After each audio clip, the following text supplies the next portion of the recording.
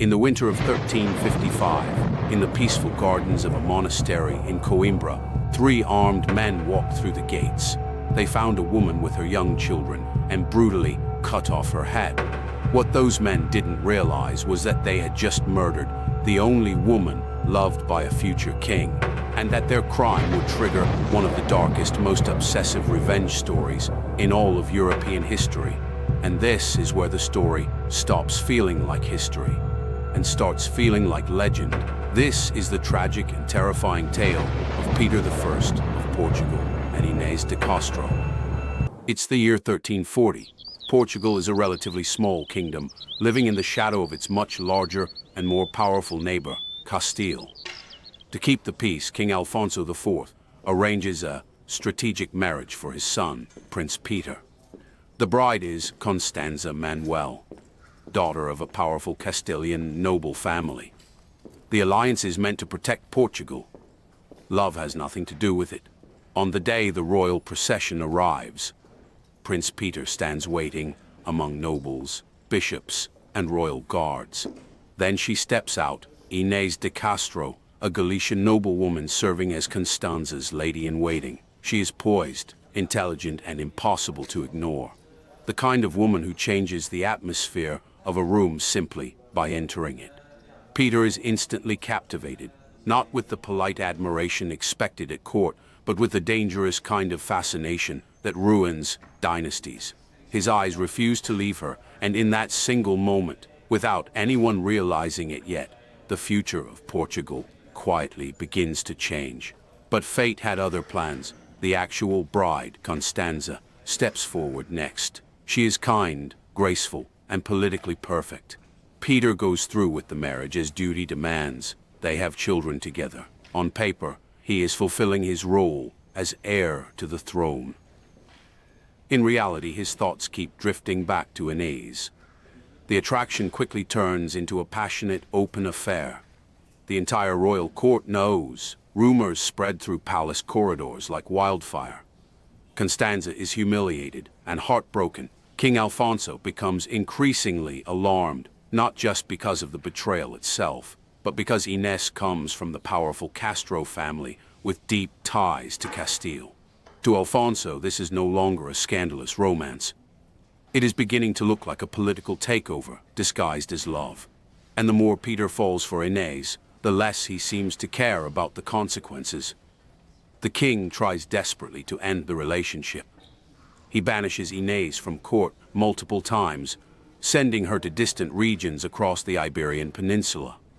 Each time, Peter finds ways to reach her, through secret letters, trusted messengers, and even personal visits. Distance only seems to deepen the obsession. The harder the kingdom pushes them apart, the more determined they become to stay together. Then, in 1345, tragedy strikes. Constanza dies from complications during childbirth. For Peter, the moment is emotionally complicated. There is grief, but also relief. A terrible kind of relief he can never admit out loud.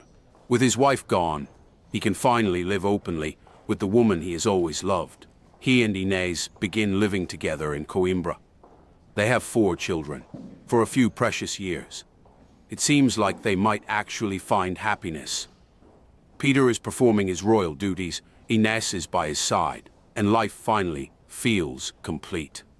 But at this point, the story has already gone too far to end peacefully. King Alfonso grows more and more paranoid.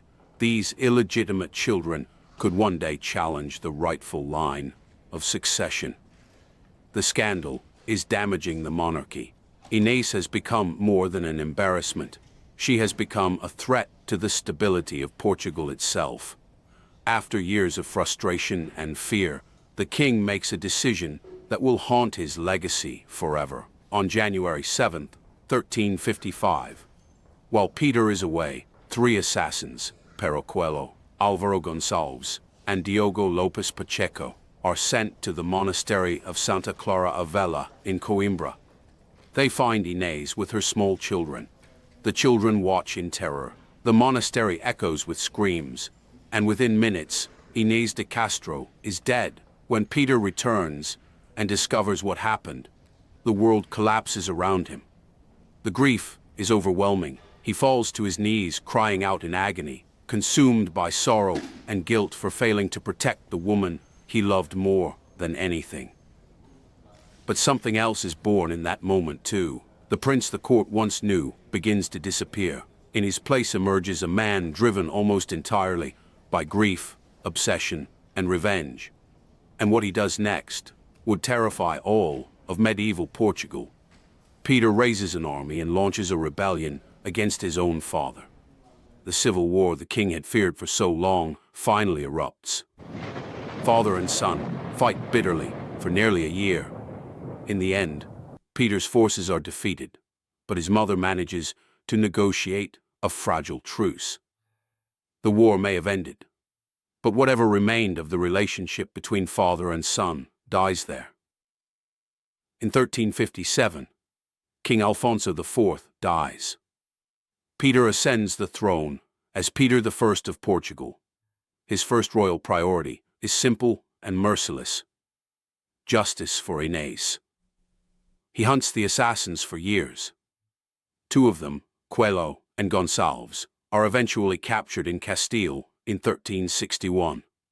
They are dragged back to Portugal and brought before the king. Peter stares at the men who destroyed his life. Not with rage, not even with shouting, but with the cold stillness of someone who has spent years keeping hatred alive. He orders their hearts to be ripped out while they are still alive.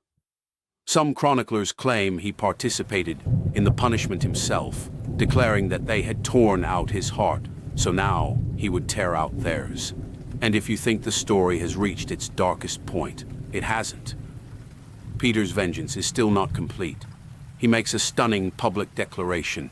He claims that he and Inés had been secretly married years earlier. Therefore, she had been the rightful Queen of Portugal all along. To prove his point, he orders her body exhumed from its grave. Her remains are carefully dressed in royal robes and a crown.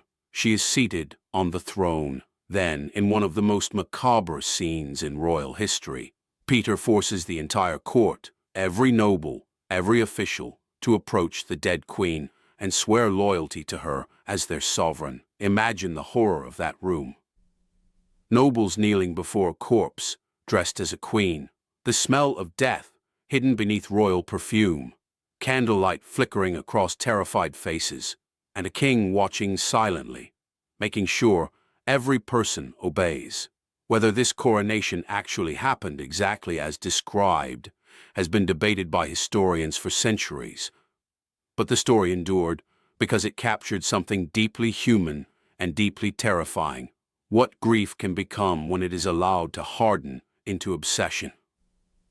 After this final act, Peter arranges for Inés to be moved to the Grand Royal Monastery of Alcobaça. He commissions two magnificent Gothic tombs placed opposite each other, so that on the day of resurrection, the first thing they would see upon rising would be one another. Even in death, he refuses to let her go. When Peter dies in 1367, he is laid to rest beside her, just as he wished. On his tomb are inscribed the words he chose: Até ao fim do mundo, until the end of the world. And to this very day, if you visit the Alcobaça Monastery in Portugal, you can stand in front of those two tombs. They are masterpieces of medieval sculpture, decorated with scenes from the Bible and from their lives. Their feet point toward each other in eternal gaze, a love so powerful that not even murder, war, or death could destroy it. One of the most beautiful and most haunting stories ever told.